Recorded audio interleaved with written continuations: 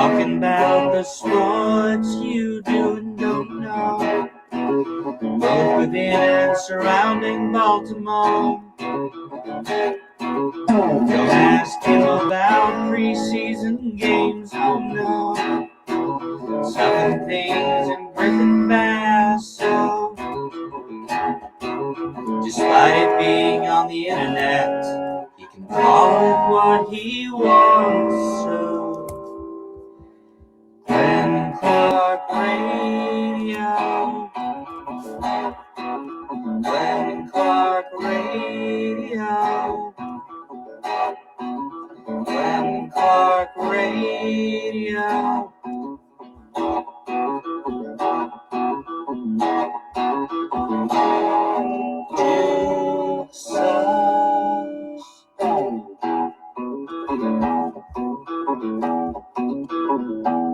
I'm no longer convinced that everybody was able to hear that. So good morning. It is a Monday edition of Glenn Clark Radio. I'm Glenn, and he's KZ. And yeah, at home today for the holiday, but I don't know. I figured why not? Let's have some fun. We'll recap the divisional round. I know it's Ken's very excited because his beloved Miami Hurricanes are playing for a national championship tonight. And some hirings and firings this weekend in the NFL. How do they impact the Baltimore Ravens' search for a head coach? So I figured we'd do all of that. Casey and I will do a short show for you today. And then, who knows? Maybe we'll do more of these on holidays in the future. We'll see how it goes. How was your weekend, KZ? Weekend was good. Thanks for the memo of what to wear. Yeah, right? Look at how that worked out. Both rocking. What, like somebody died. You're both. We're voting. This actually lines up exactly with the National Football Writers' feelings about Josh Allen. We're all in mourning. We're all in mourning for poor. Oh my God, that poor guy who turned the ball over 4 times. You just I feel bad for him. And he lost his coach this morning. That's correct. I tell you what. I figure what we'll do. We'll recap the weekend in our picks league because it's over. Like it's done. That's the reason. It's over. Well, it's why we haven't really been doing pick segments recently. Is there's just genuinely been nothing to play for. It's kind of and the Ravens aren't involved, so it's been kind of a boring push to the finish line in our picks league. Our picks recap will be brought to you by the Costas Inn with 2 great locations: the original on North Point Boulevard in Dundalk.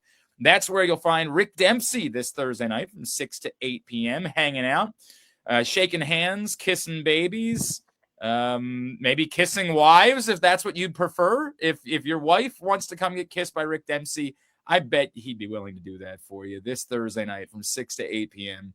at the OG Costas Inn on North Point Boulevard. Of course, they have a second great location in Timonium at the Grandstand.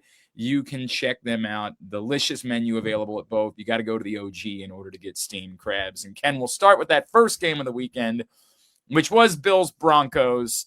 And there was a lot from this game. Couldn't have been more as the Broncos win 33-30 in overtime. They cover, which was good news only for Joe Serpico and John Proctor. Literally everyone else in our league picked the Bills. Yeah. And if they don't turn the ball over 5 times, it's probably a pretty good pick. That's correct. There was a lot, and you're right, there was a lot, and most of it happened within a 3-minute time frame that everybody's going to focus on. But I don't think you can ignore the 5 turnovers, and especially the turnovers that ended the first half and started the second half. I mean, that's almost a 10-point swing right there, I believe, especially giving 3 points away at the end of the half inexplicably.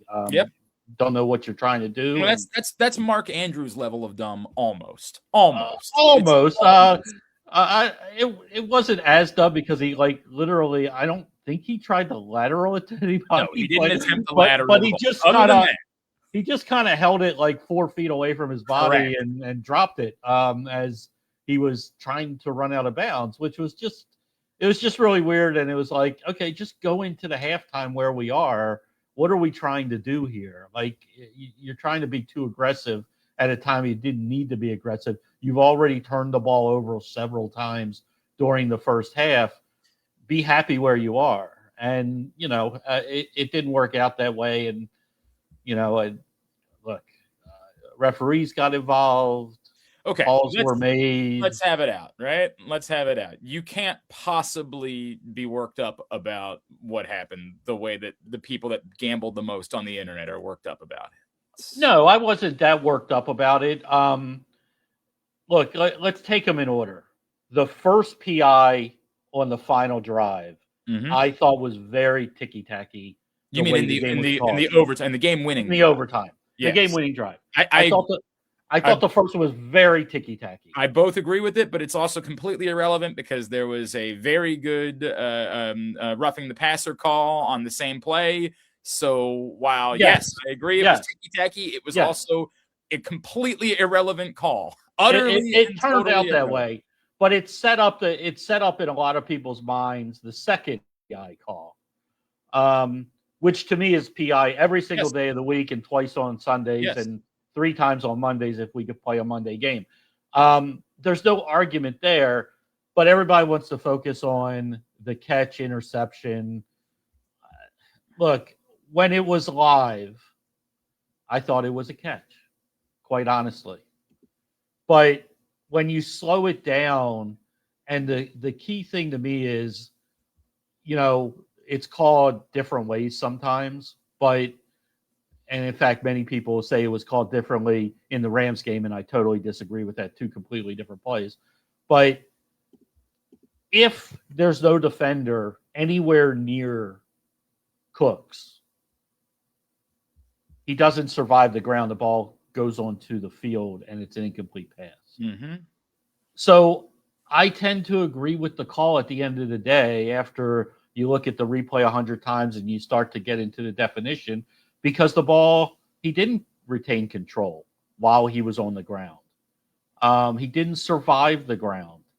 And I guess that to me is at the end of the day, all that matters is that I think they got the call right at the end of the day. I get why people were really upset in the heat of the moment, because it looked like Cooks was being touched while he had the ball on the ground when he first hit, but you got to let the play roll a second, and he never survived the ground with the ball. I want to remind everybody that if you or a loved one has a gambling problem, you can call or text 1-800-GAMBLER or visit helpmygamblingproblem.org, because a lot of people were letting their ass show this weekend. And I get it. It sucks to lose money. It does. It also sucks when the team that you like loses and you just want to find an out for it. Like, we've all been there. Sometimes we've been there in calls that were legitimately wrong and flatly wrong. This one was not flatly wrong. If you want to have a more global debate about the NFL and the catch rule, we all know there's a much more global debate that we had there. The NFL has a catch rule problem, but everyone with a brain knows why that's not a catch. We all know that. We understand the concept. We actually tend to agree that you can't just have the ball for a little, like a split second, and think that that's good enough to call something a catch. We get it, that we don't want it to be that way.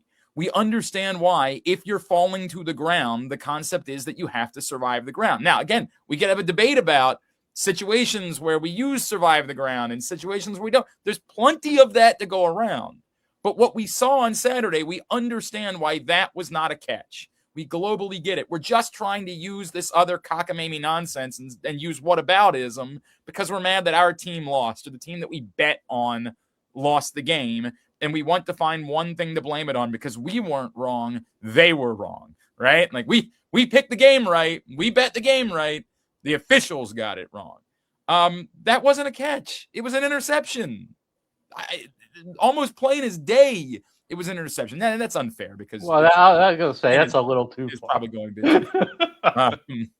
It's an interception. That's what it is. It was. And at most, it's slightly questionable. At most, the fix is not in.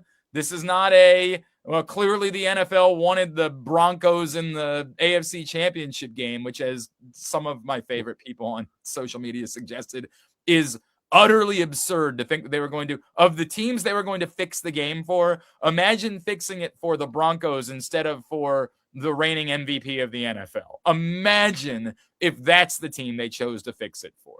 Plus, it would have been so much funnier if the Bills got to the Super Bowl and lost it. So that was my only disappointment of the weekend.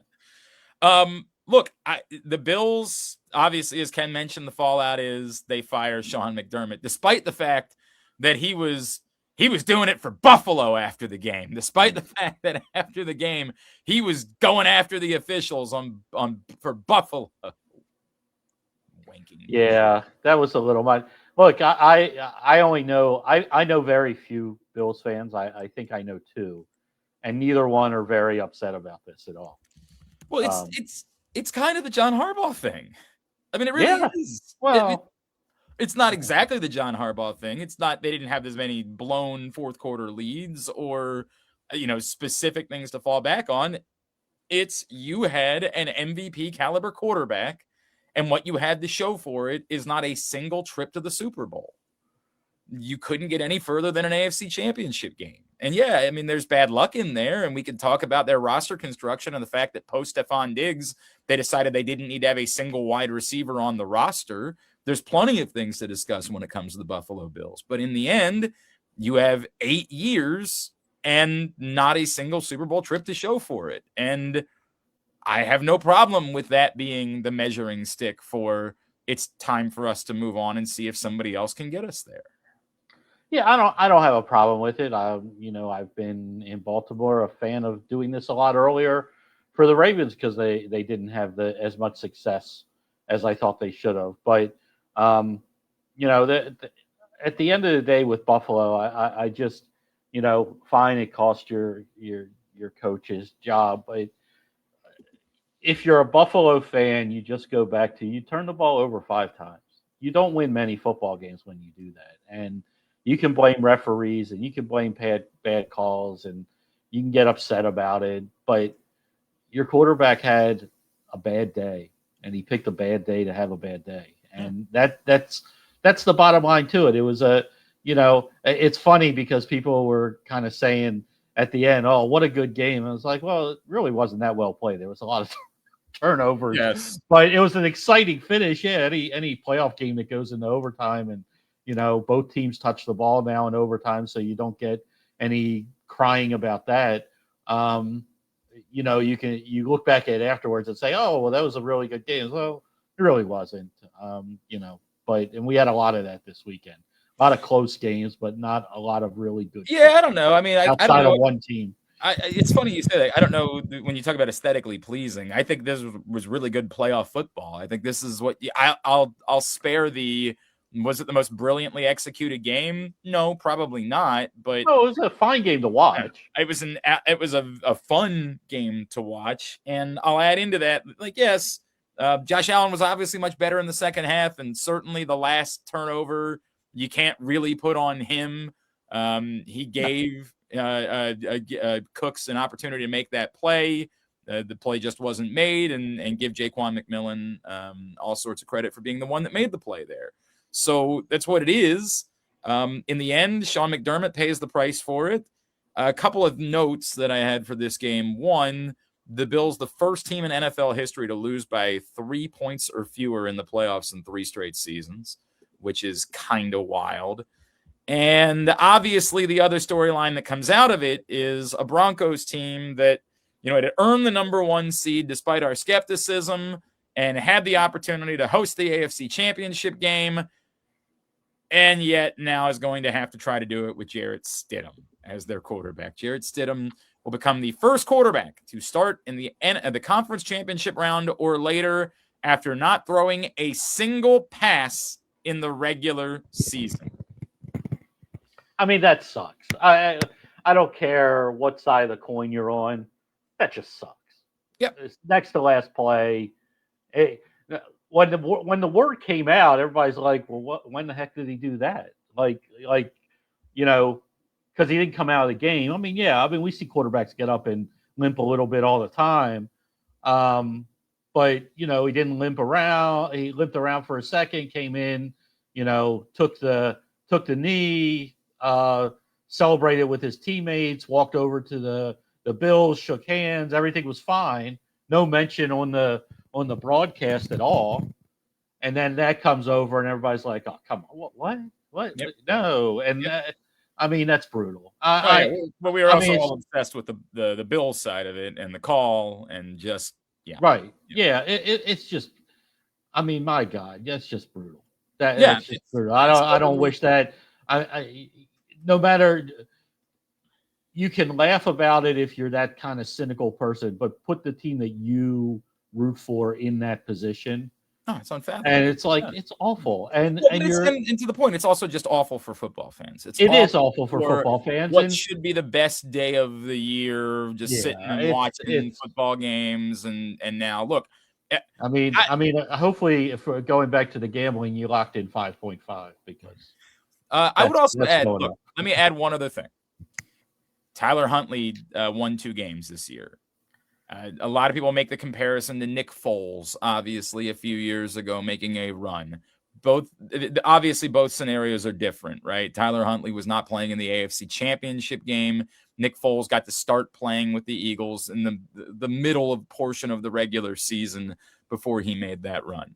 I have no reason to believe that Jarrett Stidham can be very good, but we'll get to the Patriots here in a second. In fact, we might do that next just to stay focused on the AFC. There's nothing to me all that impressive about the Patriots. It's sort of the joke that everybody was making yesterday. I think I saw Jeremy Kahn share it, where it was, we can make fun of the Patriots all we want for having not beaten anybody, but there's nobody to beat. Like, there just aren't good teams in the AFC. The AFC is utterly and completely mid. So do I think that the Broncos are going to beat the Patriots on Sunday? No, of course I don't. Of course I don't think that Jarrett Stidham's going to beat the Patriots. But do I think that the Patriots are some sort of unbeatable juggernaut, or there's no way they could lose to a backup quarterback? Not at all. I don't feel that way about the Patriots whatsoever. I think the Patriots are just the team that happens to be there. And who knows, maybe Sean Payton has the game plan of his life to know exactly what to do with Jarrett Stidham. It would help if you had a better run game. They don't have a Derrick Henry they can give the ball to 40 times in this contest. Maybe it'll be your boy. Maybe they'll give Tyler Bidet the ball under times. Yeah, is that how we pronounce his name? That's apparently the way it's pronounced. I know. So that's been a bit around the water cooler. Like, I imagine. Everybody see Bidet play? Who? Uh-huh. I was like, oh, okay. Like, I guess we said it wrong our whole lives. I agree with you, but we said this all year. It's like there was no juggernaut team, which is why a mid Buffalo team you thought had the chance because of Allen, and I don't think that the Patriots are this juggernaut team, but they're very solid and they're very well coached. And I think because of that, and I do like their quarterback. I think they're going to get him a couple more weapons. He didn't play well yesterday either. He didn't play great. No, name a quarterback that did this weekend. There really wasn't one that you were saying, "Oh my God, did you see the game that they had?" No, everybody made mistakes and things like that. But what the Patriots do have is 2 good running backs and a solid defense. And I think because of that, unless, like you said, Stidham plays the game of his life and they have some defensive game plan that's brilliant that nobody else has tried against the Patriots, I don't think this is tough work. And I think whoever goes up against whoever goes into for the NFC is going to get blown out. I am not looking forward to this good Super Bowl game already. I think whoever it is going to blow the doors off of this AFC. Stop reading ahead. We'll talk about the NFC. I'm sorry, I'm not. I'm just saying. You can't help yourself. The Patriots, because we're talking about the mid. I know. We're talking about that being a mid AFC. The Patriots beat the Texans 28-16 in a game that is far more memorable for the losing team than it is for the winning team. The Patriots I did what was necessary in that game to win, and really, to me, were wildly unimpressive. Drake May, I know in the end he threw for 3 touchdowns, but he completed a little over half of his passes. Drake May was not very good. Now, I get it. The Texans defense is maybe the best that was left in the NFL at this point, and so The Seahawks might be better. I guess that's probably fair. But they were the best left in the AFC. For sure. The Broncos defense is really good, though. So that's where I think the Broncos can give Drake May just as many problems, because Drake May, I think we're praising, and he's I guess he's probably not going to be MVP because Matt Stafford was first team All-Pro. But, we saw what happened a year ago. So who knows? Maybe there's still a world where Drake May could be MVP. But I assume that he'll end up finishing second in MVP voting. But it feels very by default to me. Like, am I impressed by Drake May more than the average quarterback? Yes. Do I think Drake May is a definitive top 5 quarterback in football? Not at all. I think he's a guy who played well, and I don't know that I think that he is so spectacular that I have any fear of him just going and dominating a football game. To your point, Ken, I think their path to winning involves them running the ball really well, asking less of Drake May, and just letting that play out that Jarrett Stidham stinks, and that's how you cruise to winning the AFC Championship game. But there is nothing that I saw yesterday that has changed my opinion. In fact, it sort of fortified my opinion that the Patriots are just kind of there somehow, some way. Well, nothing that happened in that game changed my view of the Patriots, because the Patriots didn't have to do anything. When you get 4 interceptions in the first half, I mean, you don't need to do much. And it'd be one thing, by the way, if I thought their defense was just so spectacular, the CJ Stroud. Oh, he was awful. He was awful. Games. It's not. Again, I think you can create turnovers and harass quarterbacks, and you can do it, and I can be wowed by your defense. They had 4 turnovers, and I'm not even wowed by their defense. CJ Stroud just stinks. Yeah, he certainly stunk yesterday. The one thing that the Patriots totally shut down, that the Texans have to be a winning formula, is they have to be able to run the ball, and there was nowhere to run. Even when they tried to run the ball, I believe the leading rusher had less than 20 yards yesterday for them. So that's one thing. And then, when the other quarterback is literally just throwing the ball up in the air and saying, "Hey, we're just going to play jump ball for the first half." Correct. Yes. Yeah. I mean, it's not much you can do when you get a defensive score. I mean, that just, it's 7 points, but it's a 14-point swing in certain cases, and all the momentum is right there for you, and you didn't have to do much. I mean, May, I believe, what did he throw 25 times yesterday? He didn't like it. I know what you say, he wasn't spectacular, but he did throw 3 touchdowns. You said he only completed just over 50% of his passes. 16 of 27. Okay, whatever that percentage is, I'm not good at math, but didn't have to throw a whole lot. I mean, CJ Stroud, on the other hand, had to throw 47 times, but it just didn't work. But again, I think they're going to the Super Bowl, and then once you get there, who knows? I mean, it's one of those. I do not expect, that scenario that they're going to waltz through to another Super Bowl, but Josh Stidham, not having played football since 2023, or his brother Jarrett, who's going to be the quarterback for yeah, him too. We're well past it being a bid. Normally, it's name pronunciations. It's not just making up other. I know. But it's a tough. They're going to have to use, to your point, all 3 running backs. You're going to have to get something. I think one of the issues is that Pat Bryant was starting to be a thing, and he went out. I don't know if he'll be available next week, which hurts them. They're going to have to, get the ball into the guys that, Mims played a great game. Franklin's going to have to show up a little bit, and your favorite wide receiver, Sutton, is going to have to be a number 1 guy and reliable and not drop so many freaking passes. They also need to throw the ball to him consistently. It is crazy how they just get away from him. Yeah, that is true. But, I'm not particularly excited about the AFC Championship game. I get it, but I also, if that number keeps going up, at some point I'm going to bet the Broncos, because I'm just that unimpressed. Oh my goodness, so unimpressed by the Patriots. They are just there. They just. I don't think I can. I don't think I do. The other side of the story, of course, was CJ Stroud. I mean, it was one of the worst performances I've ever seen in a postseason game, and that's not surprising to me. Although I know you were on the Texans, if I remember correctly. Because Kyle, I thought, Paul, I was on the Texans because I thought they would keep it close. And quite frankly, to your point, I'm not overly like I didn't think that this Patriot team is going to just go and blow people away. No, I get it. I don't. I think there was a weird overreaction to what happened in the Steelers game. And I'm not saying from you necessarily. I think from a lot of people to what happened in the Steelers game, forgetting how the Steelers game happened. I mean, it was the exact same story. CJ Stroud was awful. And he was awful down the stretch. This isn't new. This isn't surprising. They have had a CJ Stroud problem for some time. And it's a bummer because CJ Stroud, I guess it's a bummer for Texans fans. I don't really know how much I care.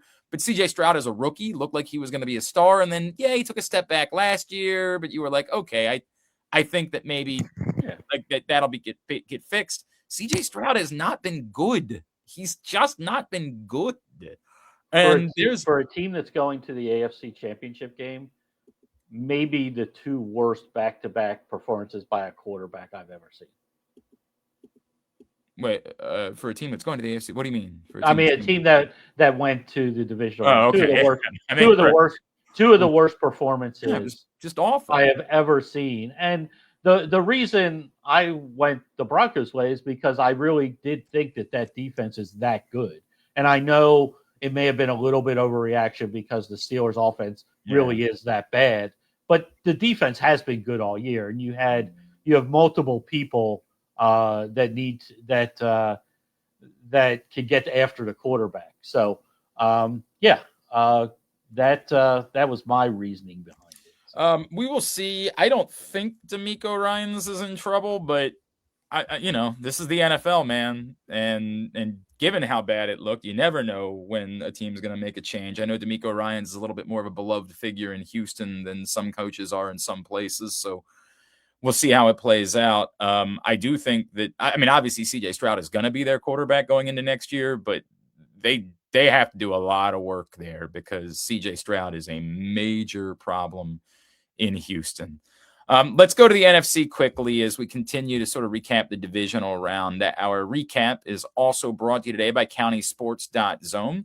Everything that you could possibly need to know about high school sports in the state of Maryland, you can find at countysports.zone, which is proudly sponsored by your local Toyota dealer and buyatoyota.com. Again, countysports.zone for scores, schedules, rankings, polls, standings, everything you need to know for every sport at every school, every level, all across the state of Maryland.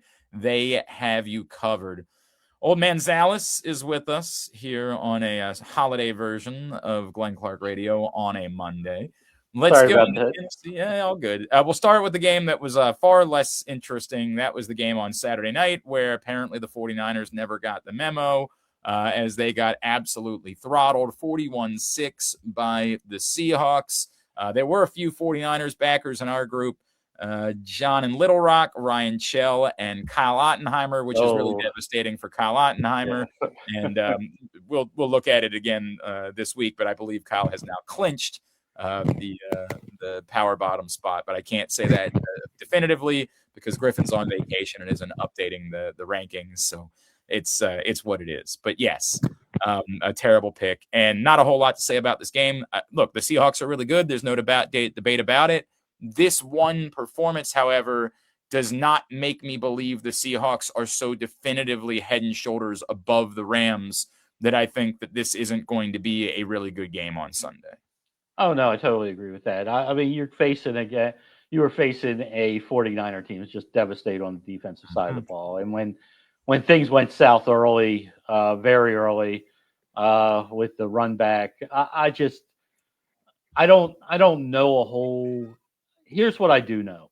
For the first time in a while, Seattle has a healthy Walker at running back, and that is huge for them. I don't know how healthy their quarterback is, to be honest with you, Sam Darnold. But defensively, they're really, really good. These teams know each other, Seattle and the Rams, really, really well, obviously. I'm looking forward to this game. It is the nightcap, right? It is. It is the second game. So that's I'm happy about that as well. You have the best game at the primetime spot. I don't know which way this game's going to go. I haven't even looked at a line yet. I would assume Seattle is slightly favored because they're at home. But this is going to be a terrific game, and either team could come out on top. I really don't know how to look at this. It depends to me. Charbonnet could be a huge loss for Seattle if he's not healthy enough to come back and play. So that is, I mean, they do have that two-headed monster that they rely upon, and Charbonnet has been their goal line back all year long. So that could be a huge problem. And how healthy really is Sam Darnold? You know, the reports last week where he did not practice at all, didn't really throw the ball, and quite frankly, in this game, didn't really have to. So I don't know. I think he was very protective because of the way that Seattle just tore apart the 49ers and ran all over them. So it's going to be a good football game. We'll see who's healthy and who can play.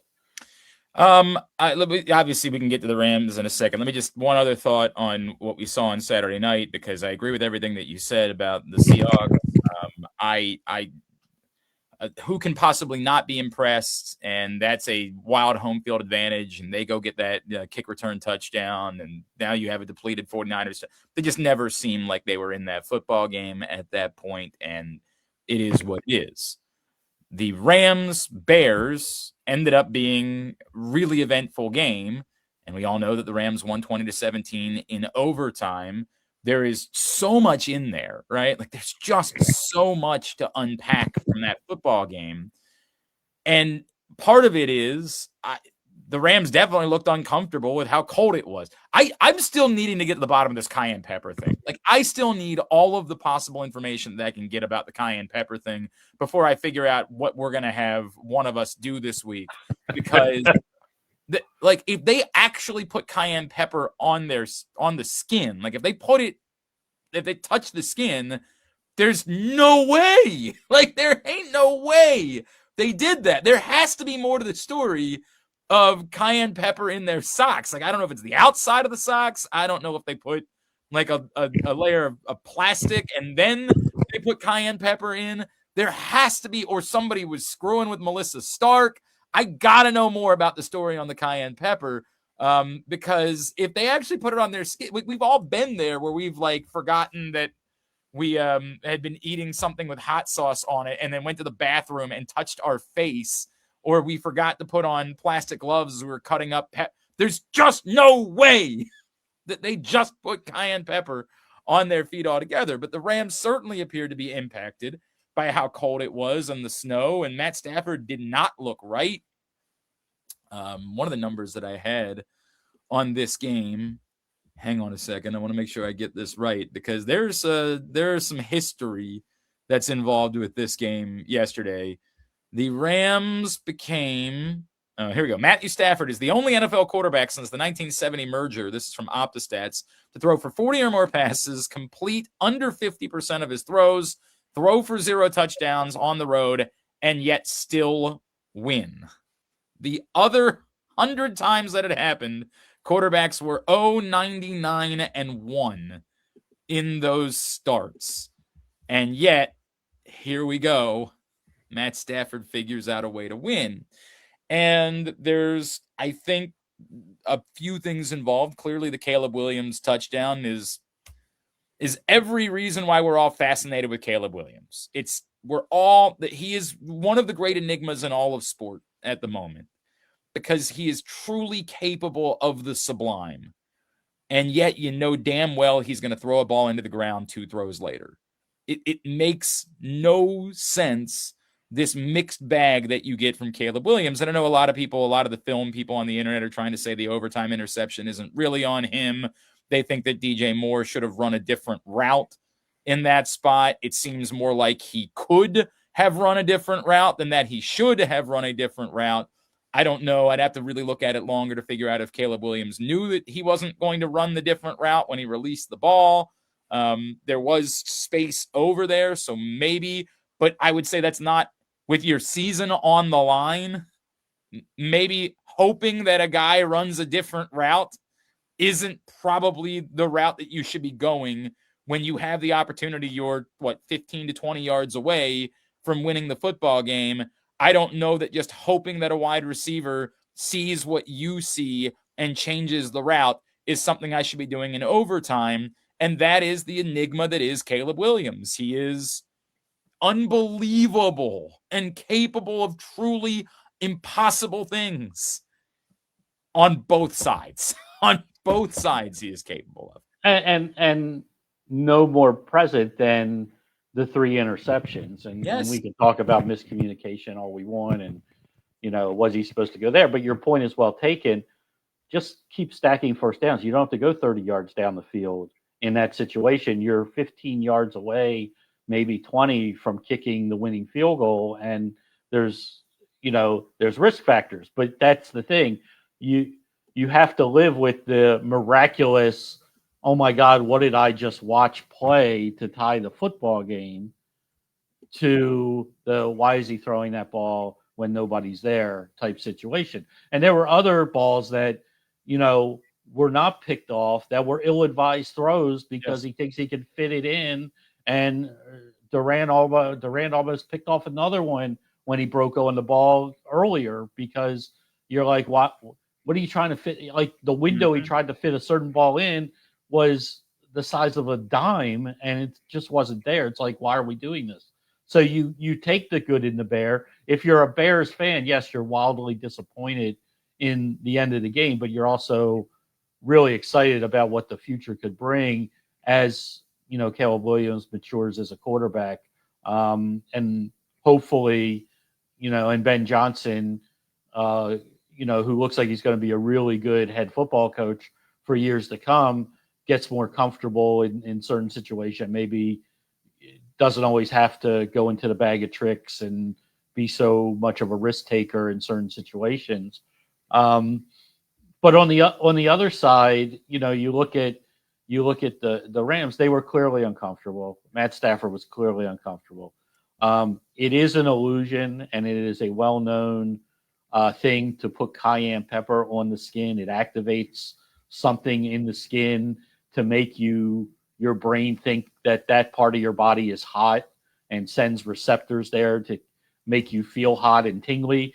So it actually is a thing. It actually is a thing. I refuse to believe it's not painful. Refuse. It's not painful. In 18 degrees, it's certainly not painful. It probably makes your brain feel like you're not as cold. And I think that's any little advantage that you can get in 18 degrees with the wind and the snow is probably worthwhile when you're playing most of your games in a dome or in California.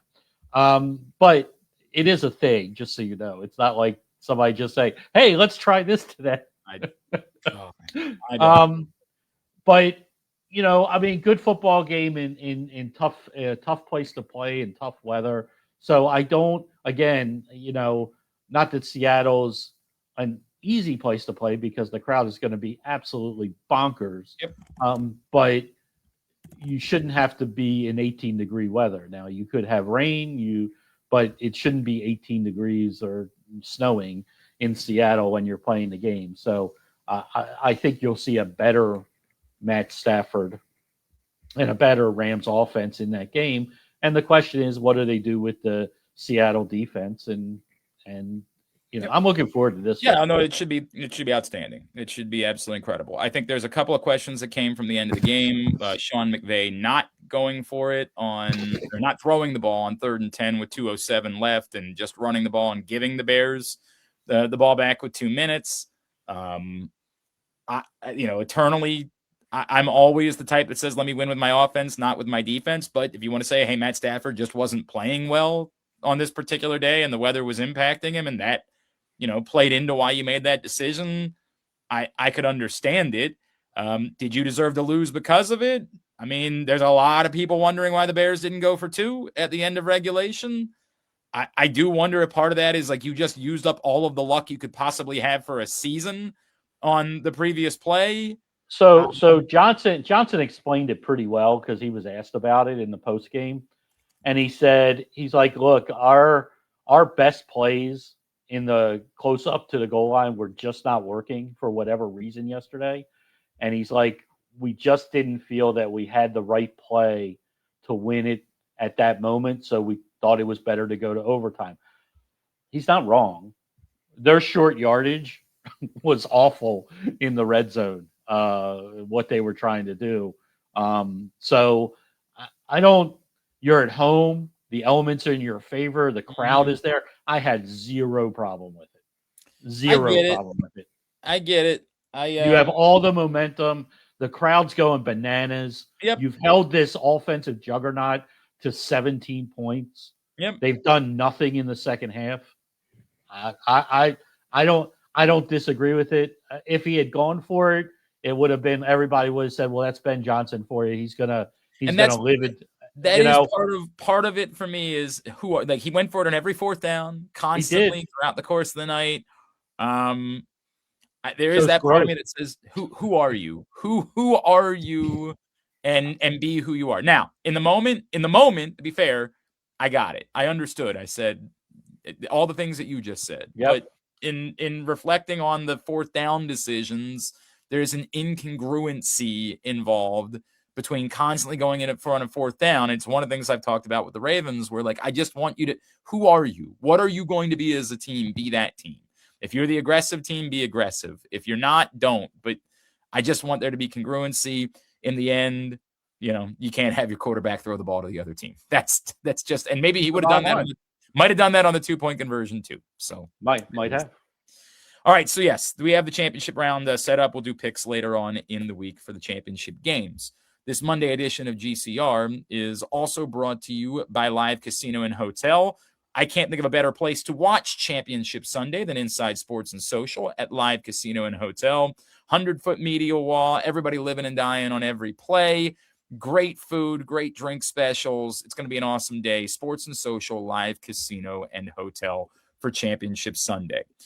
Ken, I think that you and I have not actually talked about who your preferred candidates are. And I know for years you've been the, I don't care, go find your next John Harbaugh guy.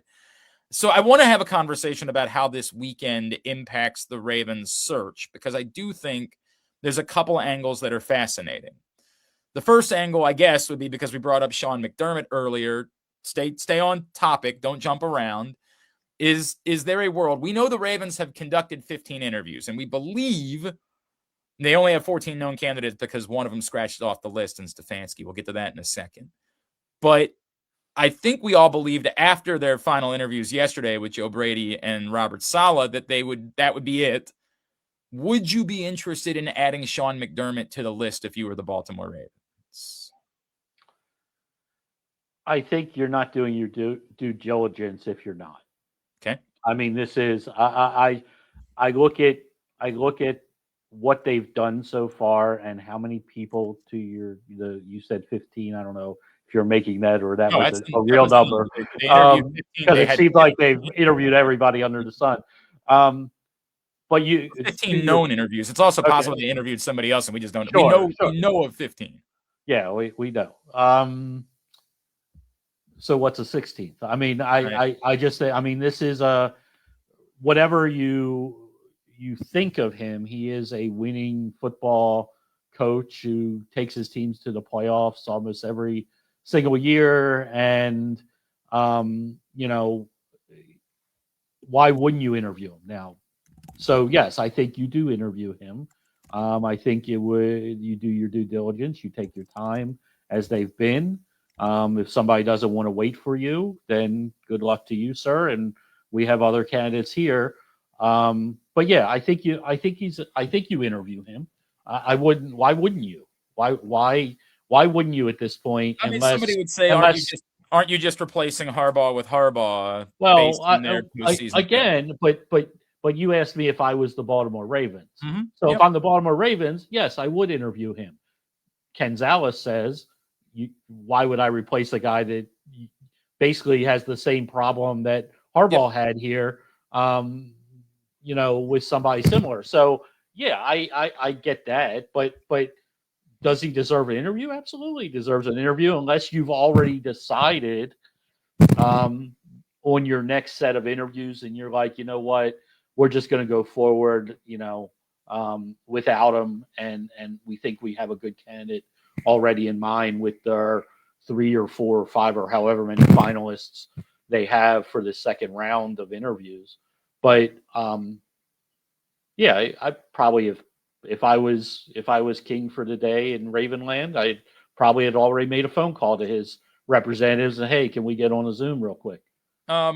You bring up candidates that aren't willing to wait for you, and I've said from jump that Clint Kubiak was my preferred candidate, but weirdly on Friday, I was doing my show on WBAL, the Glenn Clark Show, and I found myself saying, I think I changed my mind. I think I had flipped on who was at the top of my list, and I think that I had flipped to Kevin Stefanski as being the top of my list.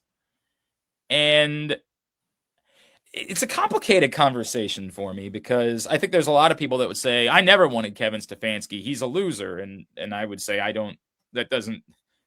going to the playoffs twice in Cleveland to me is like having 2 Super Bowl trips. Like the exchange rate of his win-loss record in Cleveland moved to a real football team to me as somebody who's like 20 to 25 games over 500, not someone who's 10 games under 500. And part of my trepidation was his relationship, the perception of his relationship with Shedeur Sanders. But speaking to people in Cleveland, it was presented to me that what we thought it was on the outside was not at all what it was on the inside. And those guys are regularly getting together and meeting privately for him to work with Shedeur Sanders to try to have him be ready. Now, that I still had questions. I would have wanted Lamar Jackson to meet with Kevin Stefanski and make sure that he was good with him and all that. But I had really talked myself into Kevin Stefanski. So I will acknowledge that I'm disappointed. And maybe whatever the line is, whether it was Kevin Stefanski saying, I have an offer, I'm not going to wait to be a part of your process. I'm not doing the dog and pony show, or what do they all in Mad Men? I think they call it a bake sale. I'm not showing up and just being a candidate for your job when I can just have this other job. And I would get that. I think we all want to believe the Ravens job is so good that no one would do that, because why would you want to just take the Falcons job when you could have a chance to be Lamar Jackson's head coach? And it's like a betting hand, right? But what if I don't get the Ravens job and the Falcons decide they're going to hire somebody else in the meantime? I'm going to take the job that's there for me instead. I have to acknowledge I'm disappointed. That doesn't mean that Kevin Stefanski will definitively prove to be better than whoever the Ravens hire, but it's a bummer that someone, and I would also tell you that I'm told that they did like, and they were going to bring in for a second interview, is off the table before their process is completed. That's disappointing to me, is the only way I can explain it. I agree with you. He was my top choice. For all the people that say, oh, well, look at his record. It's like, take away the last 2 years of his record in Cleveland when the ownership decided to do something that was lunacy that nobody in the league supported, with the Deshaun Watson deal that crippled your organization. And then your GM decided, let's go try to win with either a 40-year-old or 2 20-year-olds that we, got in the 4th and 5th round. In 4 years in Cleveland, his first 4 years, he went to the playoffs twice. Mm-hmm. He did not have a losing record, I don't believe. I think he was 500 one year and 9-7 the other year. Maybe I'm slightly off there. But what he did with an organization that had been lost forever was miraculous. And from all accounts, he's a really good football coach. He's got a good mind for both sides of the ball, really. He's hired good coordinators in the past. I wanted Kevin Stefanski. I was right there with you. He was my choice. Now I'm sort of back to where you Let me ask it this way, Casey. Was he your choice to the point that you think they should have abandoned their process and just hired him? No, Okay. I don't agree with that.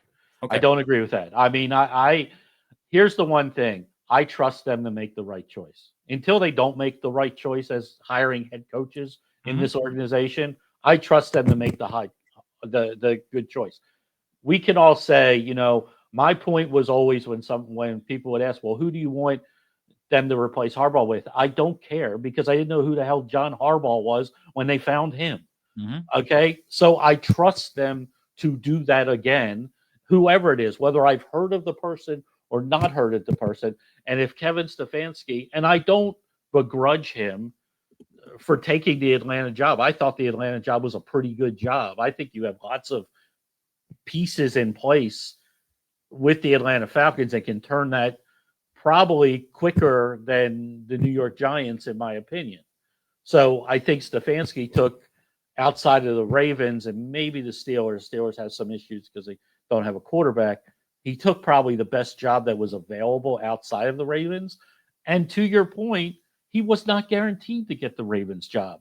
So, you know, what they say, one in the hand or, you know, two in the bush type thing, you know. So I don't begrudge him. No, I don't begrudge him at all for taking him.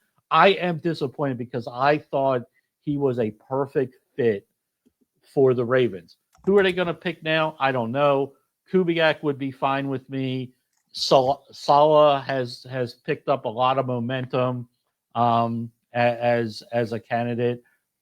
If they, again, that would be fine with me. I want an offensive side of the ball guy, but I understand the people that say, well, you got to get a defensive side guy because you got to fix the defense.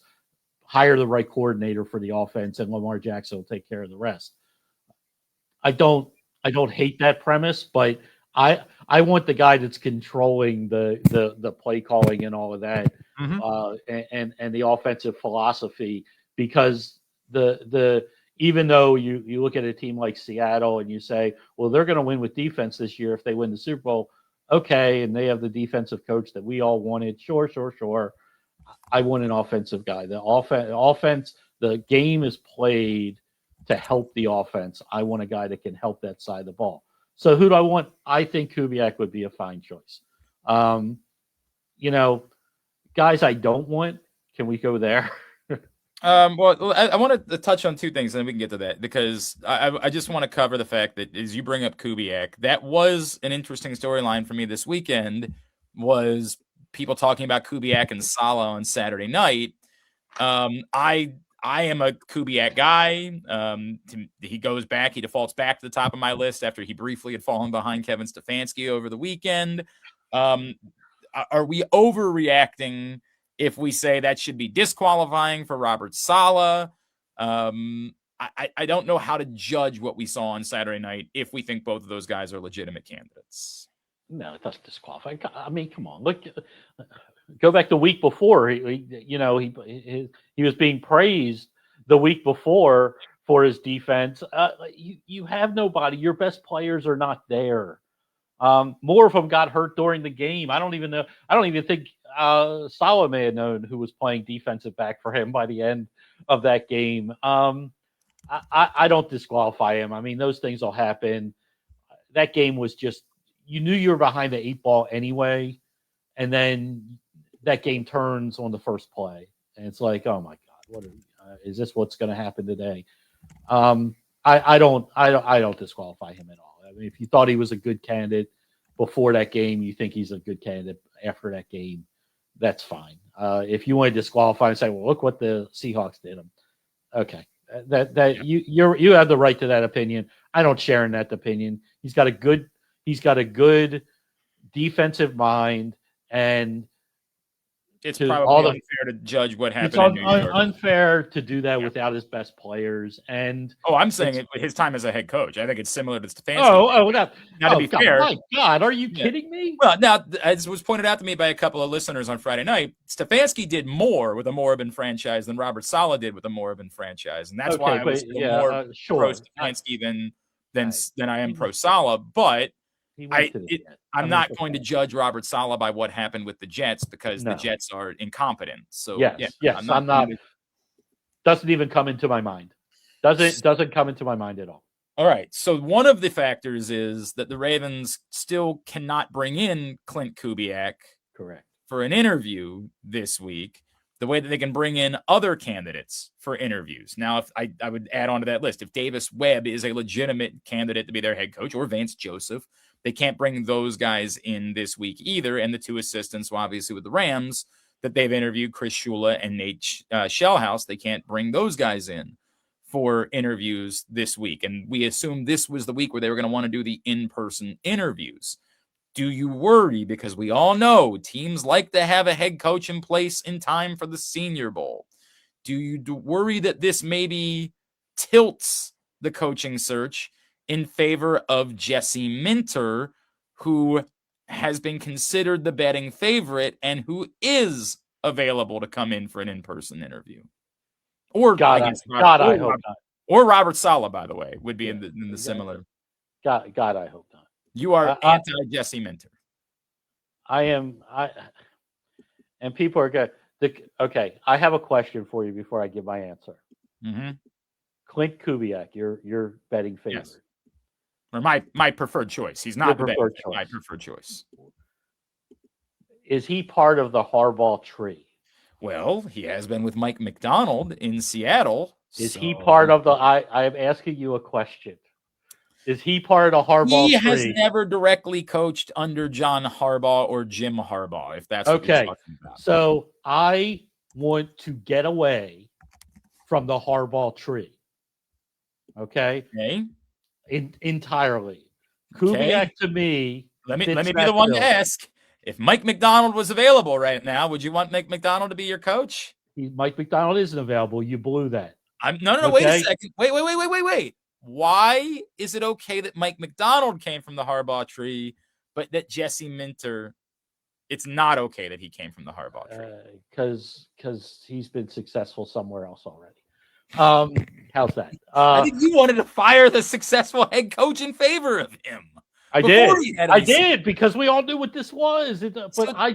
But now that we're here, I want a fresh start. I don't want the Harbaugh tree to continue and anything associated with. So I don't want Minter. I don't want Weaver. I think they're both going to be wonderful head football coaches in the NFL at some point. I think you need a fresh start. As far as having the head coach in place before the Super Bowls, it doesn't matter. You have your scouts, you have your GM. Those are the guys that are scouting and telling you. And then you can go back and you can say, whoever your head coach is, have a conversation. This is, what type of players the people you're talking with want to bring in. It's probably part of the conversation to begin with, in part of your interview a little bit. What's your philosophy? Blah, blah, blah, blah, blah. I don't think it's as important as everybody's making it out to be. You have your scouting department. You have your GM in place. I think if we were looking for a GM, I think it's urgent that you would have a GM in place before, the Senior Bowl and all that. But I don't think it's as important with a head coach. And I think you wait until you get all the pieces in place. And if, and go in that route. You have to wait until good coach. Here's the bummer. Good coaches are still coaching. And that's why you want them. I think you wait. I think you get your people. You talk to them when you can talk to them. Kubiak has already had a Zoom meeting or whatever, initial interview. So you already have a feel. If he's one of your final 3 or final 5 at this point. So I don't think that's as important as everybody's going to make it out to be. All right, so give me your top 3 then at this point. Your top 3 preferred candidates. And go from 3 to 1, build the drama. So 3 is the Rams passing coordinator. Nate Shieldhouse. Yes, that's why I didn't say it. Because God knows what you would have said. Yes. 2 is Saleh. Somehow Ken would have been trying to hire the late Howard Schellenberger. Howard Schellenberger. Which would be a good name to bring up today because we need the ghost of Schellenberger. That's true. My beloved Miami Hurricanes could be. 2 is Sala, and one is Kubiak. Those would be my preference. I would be good with any of them, and quite frankly, outside of Minter or Weaver, no disrespect to either of those gentlemen, I'll be good with anybody that they choose. And at the end of the day, I'll be very supportive if they choose Minter or Weaver. But I just, on record, I will have my internal trepidation because they're still part of that tree. I over the weekend said that my updated top 3 were 3 Sala, 2 Flores, and 1 Kubiak. I know Flores scares me. I think that we have all overreacted to one video made by Ryan Fitzpatrick. I don't know. I think there was something that Van Noy was interviewed and didn't have a favorable interaction with him. I don't know. Again, if that's the guy, we'll go forward and yay Team Flores. But I think there's too many things. You still have some outstanding litigation and things that are going on. Yeah, I don't know how much that's a factor, but it's still there. I get it. I would say I just want that. Look, if you're not going to get, I just don't know who the other. I know maybe Nate Shieldhouse will prove to be the greatest offensive mind of all time. Maybe. But it's hard for me to judge what's happening in LA because Sean McVay is the head coach. And it's the same thing with Davis Webb in Denver. Maybe Davis Webb is a brilliant future Sean McVay type, but it's hard for me to judge what's going on there because Sean Payton is the head coach. And you can see that, like, when the Broncos do dial up a great play call, Bo Nix is pointing over to Sean McVay, and they're doing double gun points afterwards. So it's really hard for me to, and I'll add in that we now know there's going to be another year this year with Ben Johnson losing yesterday, that there won't be a rookie head coach winning a Super Bowl. And that doesn't mean that I have to have it be somebody that has experience, right? But I do think there's a difference between the experience of being a coordinator, the way that Clint Kubiak has, and being someone who had some nebulous role.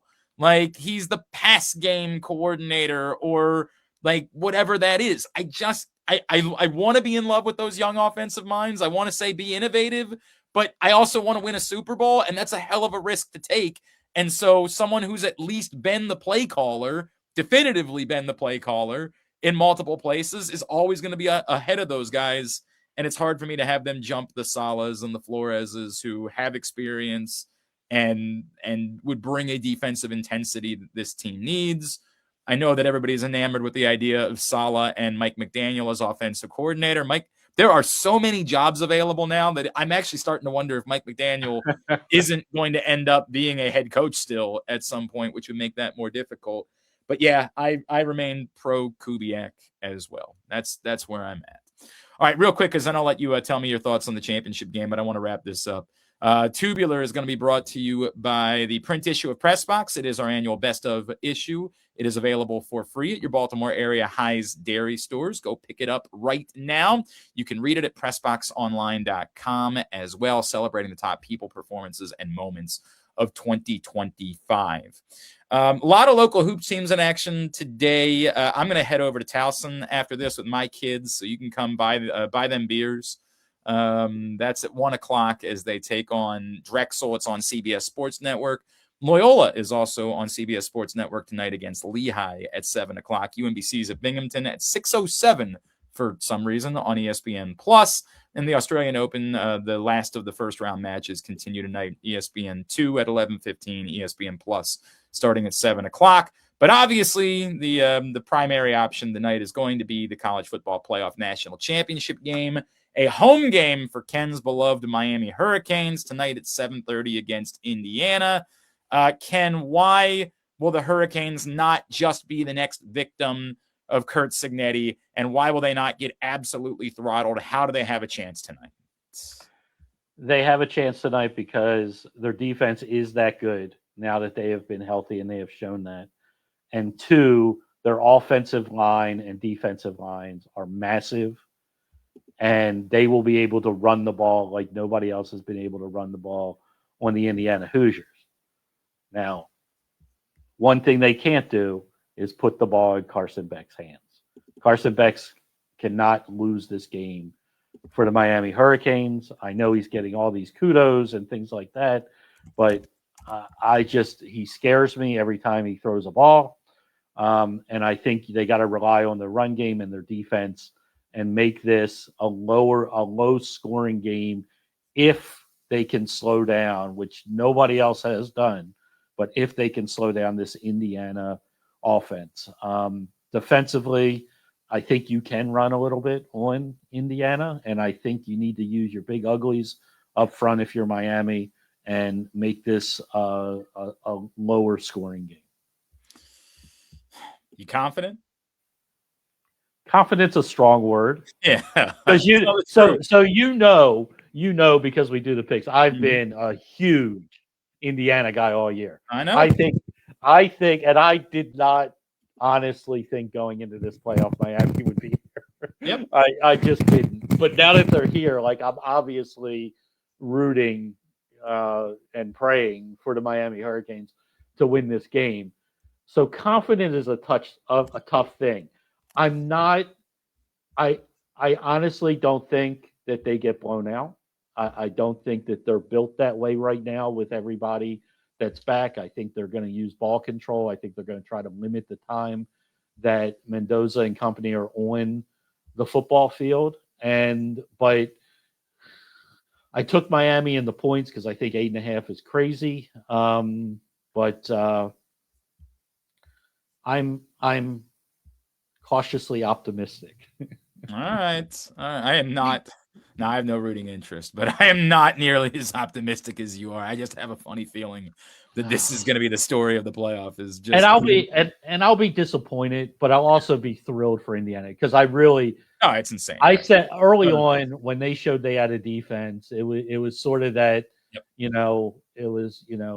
ooh, someone learned how to putt moment. Someone learned how to play defense, and their offense is so good. Happy's got a putt. Happy's putt. Yeah.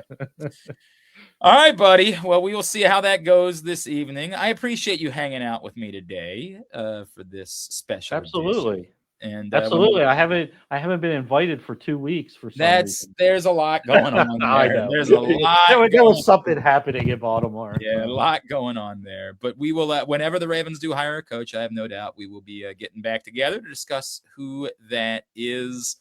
He's on Blue Sky. He's not on Twitter anymore, but he's on Blue Sky, and it's some cockamamie. Like even if you search Ken Zalis, you're not going to find it. You got to search like really. KZ. Yeah, KZ. Just search KZ. Yeah, search KZ and it'll come. It's like KZ0817, I believe. Yeah, that's it. And it's just pictures of cats for the most part. Pretty much. That's what you'll get. Old man Zalis. You find pictures of cats. Love you, buddy. Appreciate you hopping on. We'll do this again soon. Thanks so much, pal. Take care, man. And we'll be back tomorrow. We'll have be back in studio. We'll have a fairly full edition of Glenn Clark Radio then.